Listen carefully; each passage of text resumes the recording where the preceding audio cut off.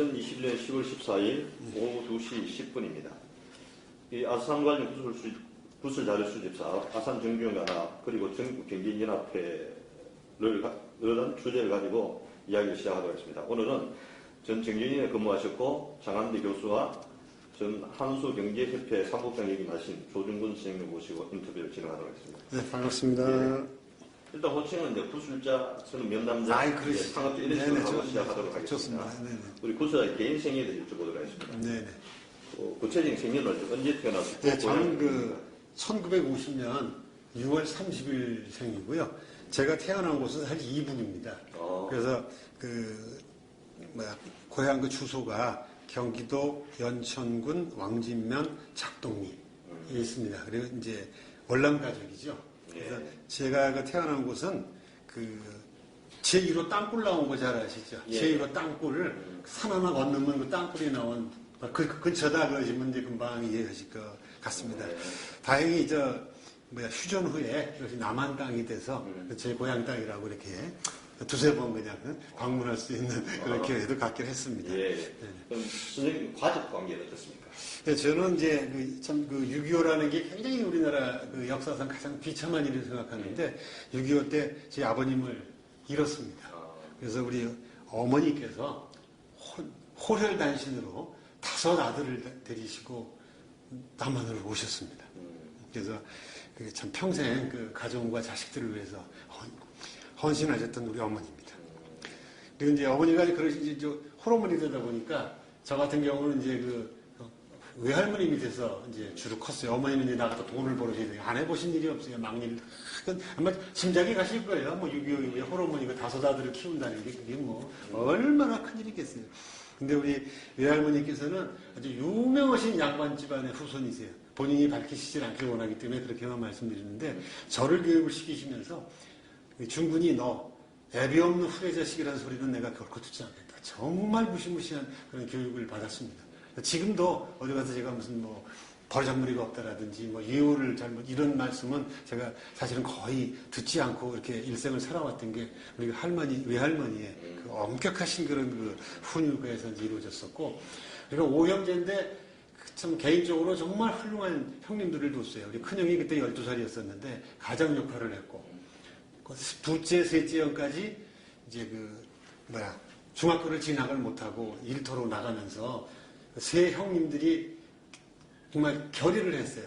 우리는 공부를 못하니까 밑에 2 동생은 공부를 시키자. 그래서 저하고 제 위에 바로 형은 대학교를 갔습니다. 그런 가정에서 태어났습니다. 그 학창시절 때 좀 기억에 남는 것 한 가지 말씀해 주시겠습니다.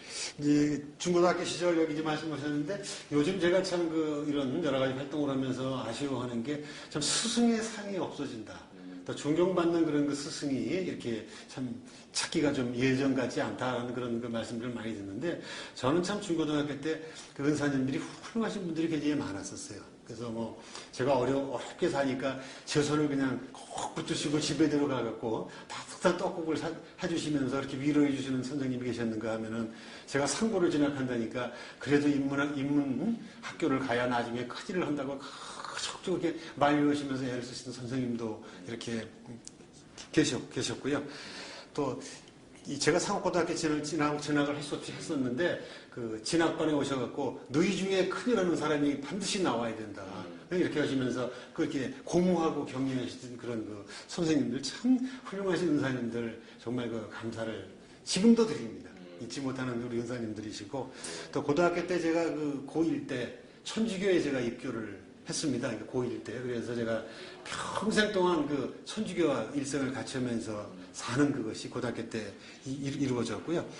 이 가톨릭 학생 활동을 하면서 평생 가톨릭 신자로서 평생 가톨릭 학생 활동이나 봉사 활동을 하는 그런 것들이 고등학교 때 이루어졌습니다. 그것이 고등학교 때, 중고등학교 때 가장 기억에 남는 그런 일입니다. 이북에서 태어나 내려와셨는데 어떤 지금은 이제 우리가 나라 됐지만은 내려와서 정착한 곳은 어디입니까? 정착한 곳은 지금 문화동이라고요.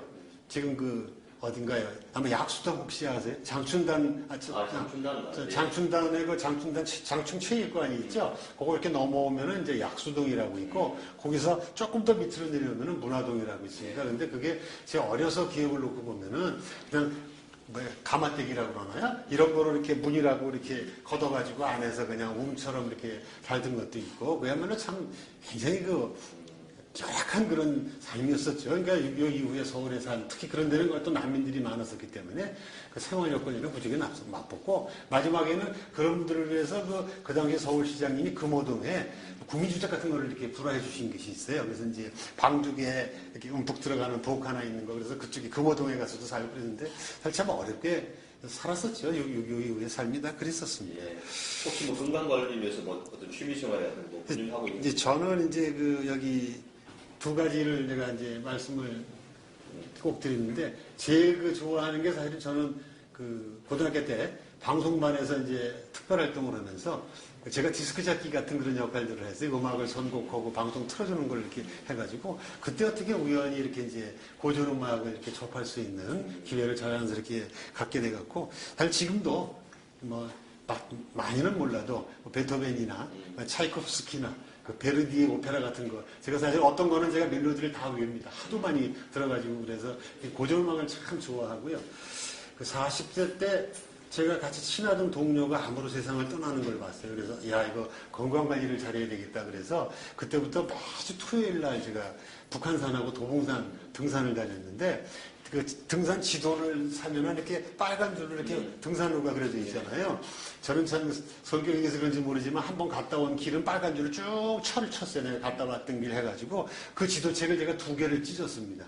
그러니까 웬만한 북한산이나 도봉산의 어떤 세로길 같은 것도 제가 거의 다 다녀왔다. 그래서 그 덕분에 지금까지도 이렇게 좀 어느 정도, 제가 지금 살은 이렇게 안 쪘지만 어느 정도 건강을 이렇게 유지하고 있는 것이 아닌가, 이렇게 해서 생각하고 있습니다. 그럼 지금까지 살아오면서 나의 삶을 지켜주는 좌우명 같은 것은 무엇입니까? 저는 그렇게 엄청난 그런 말씀드릴 건 없고요. 제가 집에서 그렇게 엄격한 그런 교육을 받은 그런 면에서 그러는지, 저는 제가 생각하는 가장 중요한 것은 성실함입니다. 성실함.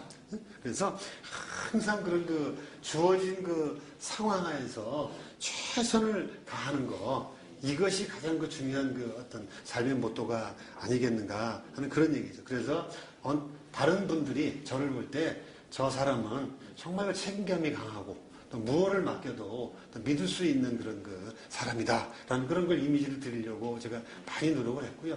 제가 정경련에서 우리 우드론들 참 결제 받을 때 감사드렸던 거는, 제가 결제를 받으러 가면 어느 임원께서는 당신 왔어? 당신은 내가 믿어. 그러면서 일본말 죄송합니다는 메쿠라사이라고 그냥 이렇게 안 보고 그래 잘 알아서 해 이렇게 설명을 해주시는 그런 거 할 때마다 제가 정말 제 맡겨진 일을 성실하게 잘해야 되겠다, 그런 생각을 거기서도 많이 가졌습니다. 제가 정말 평생 그것은 제가 어디에 이런 말씀을 드려도 크게 부끄럽지 않은 그런 제 생활 신조입니다. 네. 그럼 지금 하시는 일은 어떤? 지금 이제 제가 정경련에서 이제 근무를 하다가 이제 나중에 말씀드리겠지만, 이제 정청 회장님 때문에 이제 한소경제협회, 나중에 한러시아 경제협회로 이제 바뀌게 됩니다. 그래서 경제단체 생활만 한 25년 정도 했던 것 같아요. 이제 그러다가 마지막에는 중견기업연합회, 그때 이제 거기 임원으로 가서 경제단체 생활을 우리가 했고요. 그 다음에는 우리나라에서 어떤 바람직한 일은 아니지만, 이른바 보수, 진보 이런 거에 의해서 이렇게 진영 논리에 의해서 이제 이렇게 서로 좀 나뉘는 그런 안타까운 모습들을 많이 보시고, 저를 잘 아시는 이제 주위 윗분들께서 중도 보수, 극우 이런 거 말고요. 요즘에 그러면 중도 보수적인 단체를 만드는 일을 네가 이제 책임져 봐라. 그렇게 말씀하셔가지고, 바른사회 시민회의라고 지금 검색하면 다 나옵니다. 바른사회 시민회의를 정말 시민단체가 뭔지도 모르면서 맨땅으로 뛰어들어가서 제가 만들어가지고 7,000명 정도 됐던 것 같아요. 제 기억에. 제일 많을 때는 많은 회원님들을 모시고 우리가 어떻게 나가야 할 길이 무엇인가, 그런 거에 관한 또 NGO 활동도 제가 많이 했고, 그 외에도 여러 단체 NGO 활동들을 좀 제가 대표로도 하고 집행위원장도 하고 많이 이렇게 했었습니다. 근데 그러면서 제가 보니까 제가 MBA를 땄는데 박사를 못 따가지고 그 와중에 제가 몇 달을 밤을 새가지고 박사학위를 따서 2009년인가 제가 가천대학에서 경영 박사학위를 땄습니다. 그리고 이 시민단체를 관두면서 다른 사람은 대학교에서 혹시 나올 나이가 됐을지 모르죠. 59이나 뭐 60 됐으니 근데 저는 그때 대학교에 그 전임 교수로 발령을 받아서 또 대학교 교수로서 쭉 생활을 했습니다. 그래서 65년에 정년 퇴임을 하고 또 밉보이지 않아서 그랬는지 그 이후에도 강의를 쭉 이제 학교에서 주셨어요. 그래가지고 강의를 쭉 시간 강의를 했었고 지난 이제 금년 1학기까지 마지막으로는 모 사이버 대학에서 경영학 관련 사이버 강의를 지금 하고 이제 제가 이제 끝냈습니다. 그리고 이제 경제단체를 그만두면서 나오면은 뭐를 할까 생각을 했는데 그런 사단법인이 하나 있으면 좋겠더라고요. 그래서 저 활동하는 교수님들 다 이렇게 말씀드려가지고 지속가능 기업 연구회라는 그런 사단법인을 만들어서 회장직을 이제 지금까지 맡고 있습니다. 그래서 이제 뭐 프로젝트도 많이 했었고요. 뭐 토론회 같은 것도 하고 자료집도 만들고 하는 그런 사업을 지금까지 사실은 하고 있습니다. 자, 그럼 구술자와 아산의 관계인데 정경련에서의 생활을 좀 여쭤보도록 하겠습니다. 혹시 구술자는 학교 졸업 후 바로 정경련에 입사하시는지 안 그러면 첫 직장은 어떻게? 네, 그건 이제 말씀드리면 이제 제 가슴 아픈 얘기인데 제가 74년 2월에 이제 고려대학교 경제학과를 졸업을 했습니다. 근데 그때 제가 보충역으로 돼 있어요. 군대를 제대로 못 갔어요. 그래서 병역 문제가 해결이 안 됐는데 그 당시에는 군대를 안 갔다 오면은 사실은 직장 구한다는 게 거의 불가능하던 그런 시절입니다. 지금하고 많이 다르죠. 그래서 한 1년 넘게 직장 때문에 참 고생을 했는데 어느 날 학교 거기 갔더니 뭐 하냐고 그래서 지금 직장 구하러 왔다 그랬더니 여기 정경련에서 사람을 뽑는데 뭐 당신이 가면은 틀림없이 들어갈 수 있을 거다. 그래서 거기서 이제 입사 원서를 받아가지고 정경련에 원서를 내고 시험을 봤는데 저한테는 사실 이게 실질적인 첫 직장입니다. 정경련 직장이. 그러면 그때 이제 입사에 된 계기는 이제 학교에서 이제 추천 비슷하게 된 거죠. 그렇습니다. 네. 그리고 입사했을 때 담당 업무는 주로 어떤 거죠? 이제 제가 입사를 75년 7월 1일 날 정확히 했습니다. 내가 첫 직장에 사령을 받은 것이기 때문에 정확히 기억을 합니다. 그리고 자랑이 아니라 제가 공채 7위생으로 들어갔는데 제가 수석으로 들어갔습니다. 다른 유명한 대학에 지원자들은 많았는데 그래서 여기 고대 나온 아무개가 수석으로 들어왔다고 이런 얘기를 듣고서 제가 그런 일이 있었나 그랬죠. 근데 사실 입사를 하게 된 계기는 아까 이제 질문하셨지만은 처음에 사실 취업이 목적이었어요. 좀 먹고 살아야 되잖아요. 솔직한 얘기를 한 1년 받으면 1년 넘게 고생을 했는데 근데 다행히 정년에 가보니까 집안 삼촌의 친구분이 계셔가지고 제가 자세히 물어봤어요. 정년에 무슨 일을 하고 앞으로 전망을 쫙 들어보니까 정말 그거는 한 번쯤 가서 꼭 일생에 한 번쯤 해볼 만한 직장이다라는 그런 생각이 어린 나이에도 들어가지고 거기 그냥 가기로 결심을 해요. 다른 데도 많이 냈었겠죠. 직장 한두 군데 하는 게 아니니까. 그래서 제가 입사를 하게 됐고요. 들어가자마자 저는 윗분이 잘 보셔서 그런지 경제기술조사센터라고 있어요. 지금 아마 한국경제연구원 많이 들어보셨을 거예요. 그거 전신이 경제기술조사센터입니다. 거기에 제가 연구위원으로 이제 발령을 받아갖고 이제 장기 프로젝트를 연구하는 보통 3개월, 4개월 이런 데에서 처음으로 그런 이제 연구 프로젝트를 하는 그런 OJT죠, 일종의. 그런 걸 이제 훈련을 아주 2년 동안 또 혹독하게 여기서 또 많이 받았습니다. 그 이후에는 제가 정경련에서는 주력부서라고 하는 데는 제가 다 돌아다녔어요. 그래서 이제 산업부에도 가서 근무를 했었고, 또 그때 미국에 장학생을 보내려고 정경련에서 영어 시험을 봤는데 국제부 직원들이 있음에도 불구하고 제가 또 1등을 했습니다. 그래갖고 그 바람에 제가 국제부, 그 당시에는 그걸 통상부라고 그랬는데 국제 관련 조사하는 통상부로 또 파견을 받았고 또 1등으로 선발됐기 때문에 우리 분들이 미국의 유명한 남가주 대학에 1년간 장학생으로 보내셔가지고 제가 거기서 MBA를 땄습니다. 그리고 거기서 돌아와가지고는 이제 이 정경련에서 그때 교육기관을 하나 만들려고 했어요. 국제경영원이라고. 그것도 정경련에서 생각했던 주요 프로젝트 중에 하나예요. 그래서 거기에 가서 일을 하라고 그러셔가지고 최고 경영자 과정을 제가 담당을 했습니다. 미국서 공부도 해갖고 보고 그랬다고 했는지 하셔가지고 최고 경영자 과정을 처음에 이제 준비를 했는데 그때 정 회장님의 특강을 꼭 끝에 한 번씩 넣습니다. 2회서부터 한 서너 번 몇 회까지는 정확히 기억이 안 나는데 1회는 다른 최고경제적으로 하셨고 2회, 3회, 4회 이렇게 해가지고 정중 회장님의 나의 경영 철학이다라는 그 과목을 넣어서 최고 경영적 과정을 이렇게 제가 진행을 심부름하는 거죠. 뭐 이렇게 하고 있었고요.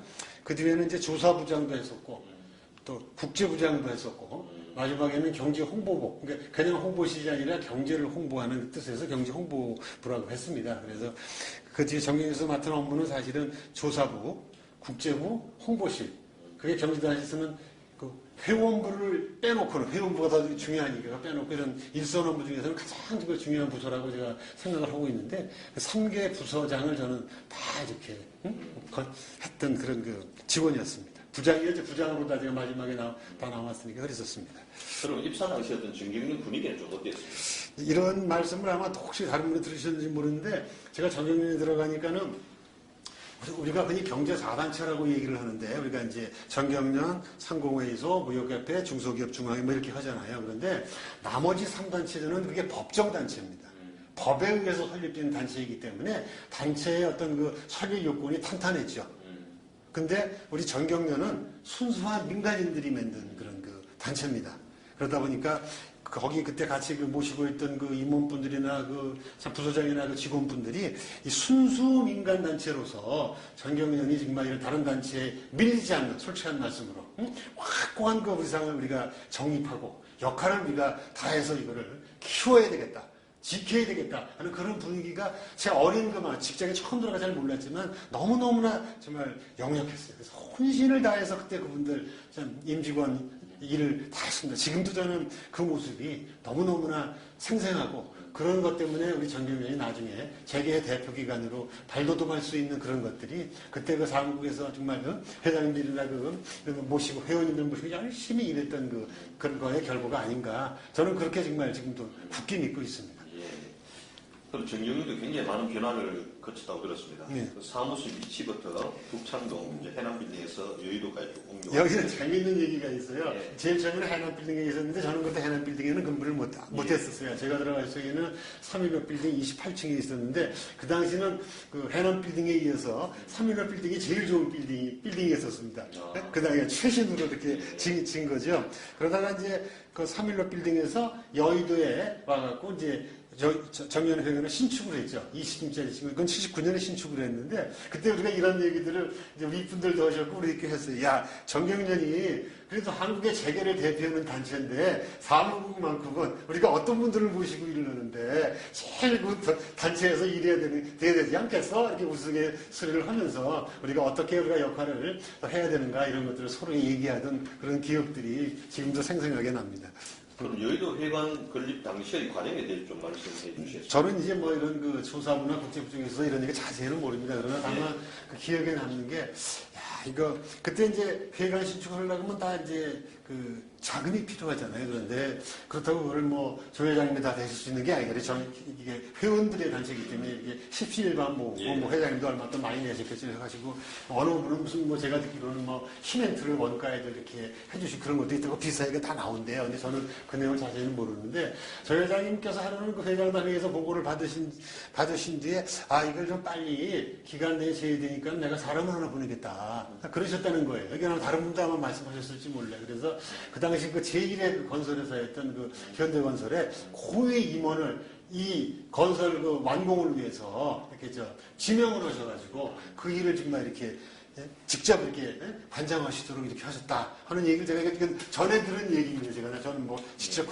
그런 부서 일을 안 했지만, 그러니까 이것도 사실 회장님이시니까 이런 결정을 내려주시죠. 자기 회사의 고위임은 또 얼마나 그 훨씬 바쁘고 또 일이 많으시겠어요. 그거를 정년회관을 짓도록 이렇게 해주셨죠.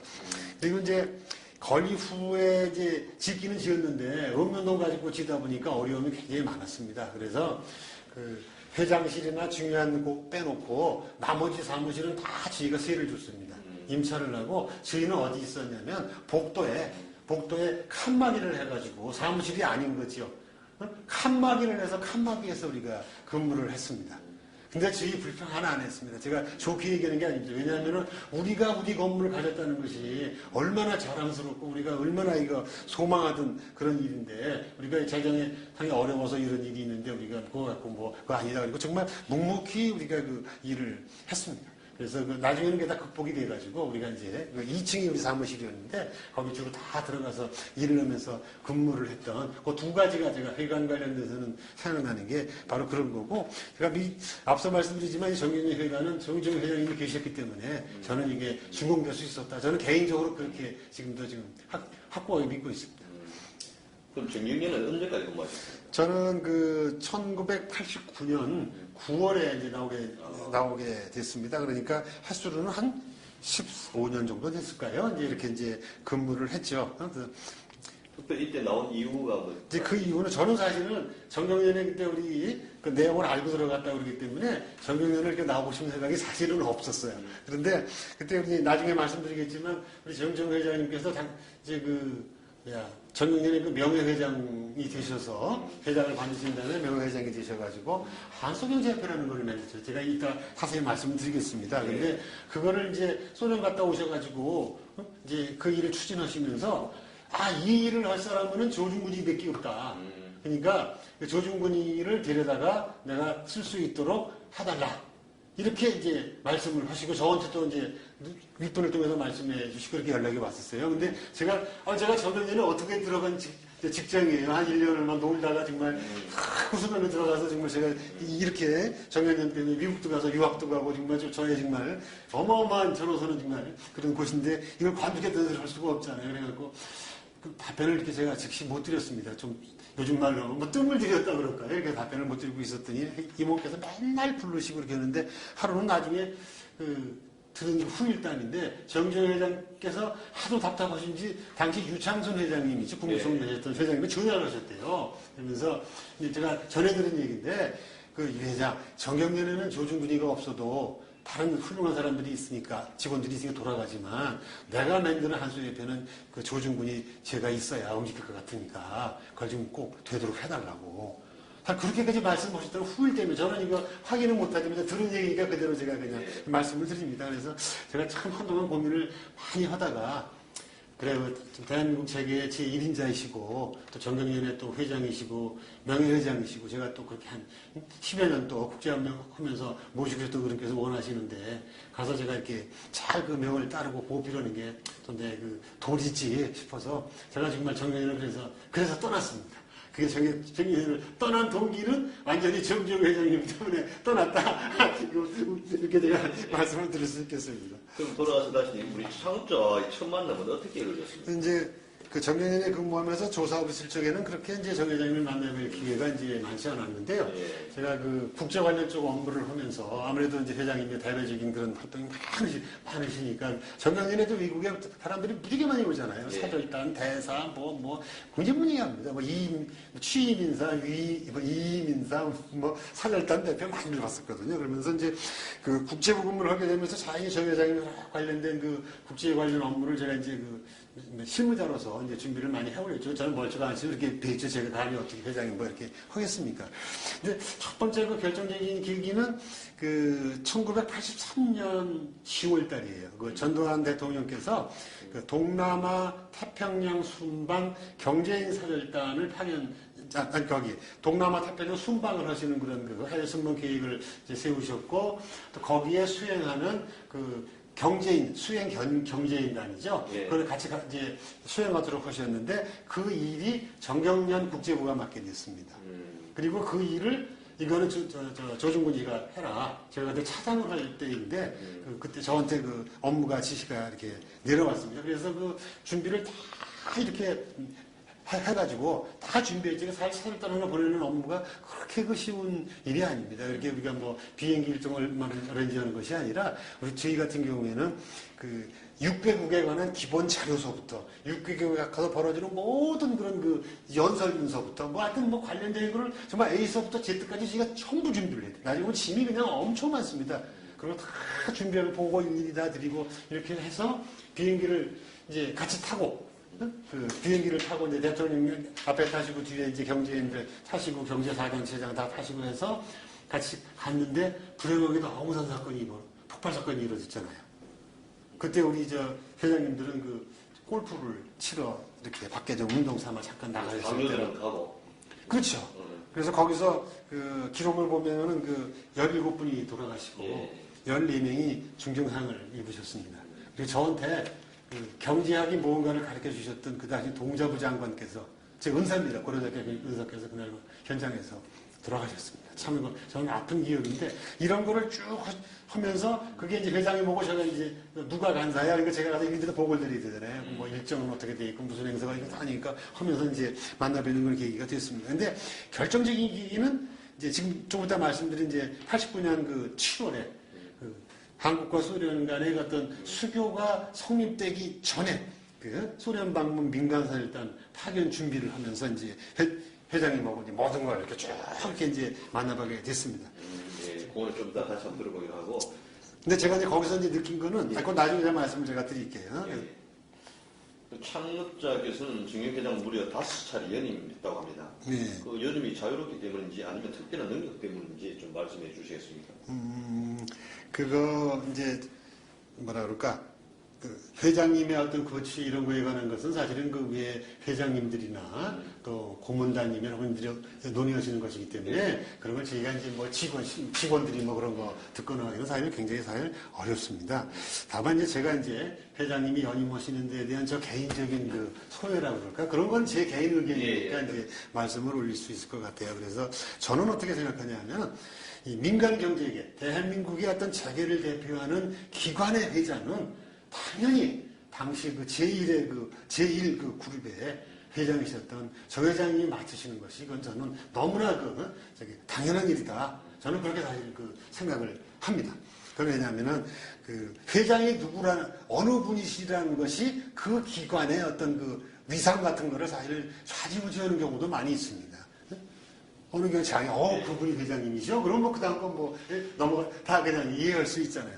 그렇게 하고 또 그런 아주 뭐랄까 거목이 회장이 되시면서 어떤 상징성 같은 걸 가질 수 있죠. 대한민국 재계의 어떤 거목께서 회장을 맡으시면서 하시는 거야. 또 곧다 또 회장님의 또 강력한 어떤 그 재계에서의 어떤 사람들과 잘 살리시면서 어떤 그 훌륭하신 그 리더십 같은 거 발현하시는 거. 뭐 이런 거 저는 옆에서 이렇게 그냥 어깨 너머로 혼자 느끼는 그런 감이었었는데 그런 걸 보면서 그건 당연했다. 그리고 저 회장님께서 회장을 5년간 연명하시는 것은 정말 어떤 면에서 아까 제가 그 다른 단체는 법정단체였고 우리는 순수한 민간단체로 말씀드렸는데 정경련이 우리가 이렇게 계속 성장 발전해 나갈 수 있는 그런 그 버팀목이 되셨다. 그렇게 생각하고 그런 결정을 해주실 것으로 제가 미련 짐작하고 있는 회장단이나 고문단이나 또 주요 회원들 또 총회에서 또 만장일치로 다 이렇게 주신 그런 분들께서 다 그런 걸 다 이렇게 고려하셔가지고 그 판단하셨던 것이 아닌가 저는 그렇게 개인적으로 생각하고 있습니다. 예. 또 창업자께서는 정경련 기반을 쌓은 분이라고 이제 들었습니다. 네. 그럼 정경련에서는 창업자를 좀 어떻게 평가하는지 개인적인 소회를. 이건 저도 개인적인 그런 예. 소회입니다. 이건 좀 전에 말씀드렸던 내용하고 거의 이제 그 어떤 그 일맥상통하는 얘기라고 생각하는데 저는 그 뭐라 그럴까 그 정경련이 오늘의 위상을 갖게 만드신 분이 바로 우리 정정희 회장님이시다. 저는 그렇게 아주 뭐 그냥 단언할 수 있습니다. 저 개인적으로는. 다른 분으로 생각하실지 모르지만 오늘날의 정경련은 정정희 회장님이 만드셨다. 이렇게 했죠. 그래서 뭐 정정희 회장이 누구신가 하는 거 그때 70년대나 80년대 초에 보시면은 대한민국 재계에서 경제계에서 정 회장님의 그 위치, 위상이 어떤 것인가 그런 거 생각해 보시면은 제 말씀에 아마 공감해 주실 것이라고 이렇게 생각합니다. 예, 이건 좀 디테일한 부분인데 네. 뭐 아시면 모르시면 넘어가야 됩니다. 그 정경회장 취임 이후에 이제 법인기업에 대한 배당소득 공개 제도라든가 이런 것들 정경련에서는 좀 조직식 제한운동을 펼쳤다는 신문기사였습니다. 네. 혹시 이때 상황을 좀 아십니까? 근데 이제 저도 그 질문을 봤는데요. 요게 이제 그 조사부에 네. 그러니까 이거 조사를 아주 전문적으로 하시는 부장님이 계셔가지고 일을 쭉 하셨거든요. 네. 그래서 이제 저희는 이제 뭐 회의가 되면 이번 주에 무슨 일 합니다, 무슨 일 합니다 하지만 그 내용에 대해서까지는 그 자세히 제가 모르고요. 다만 그때 정경련의 조사부장께서 이 기업을 사실은 그 위해서 기업, 뭐 이런 것 들어가 있는지를 제가 잘 지키는 못합니다만은 어떤 기업이 갖고 있는 여러 가지 조세 문제, 어려운 문제를 그 해결을 하기 위해서 굉장히 실무적인 그 자료들을 많이 만들어 주셨고요. 또 그 외에 또 우리 또 모시고 상무님이 또 한 분 계셨어요. 상무님도 그런 걸 많이 나가서 활동을 하셨고.